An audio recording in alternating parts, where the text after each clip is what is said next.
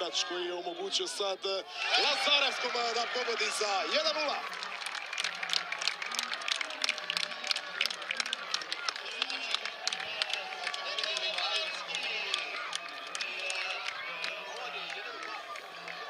Upozoravali su pratitelji Primorca da je Klop jako opasan, da je igrač za prvu HNL.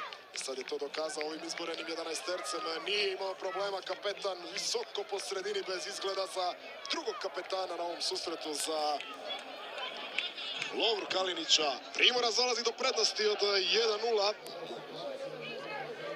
Katić, Krovinović.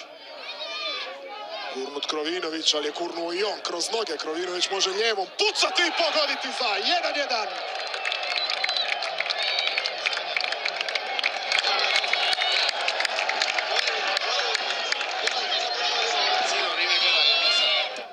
Čalušić, podignuto prema Ljubičiću koji pogađa za 2:1.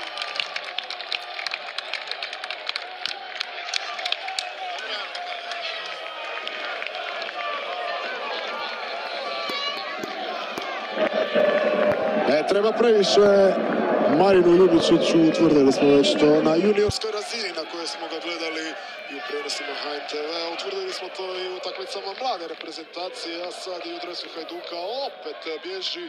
Stoperi ne prate napadača Hajduka koji pretvara dodavanje Čalušića u asistenciju jer je pogodio ovdje pored Stojanova koji je samo izdahnuo nakon ovog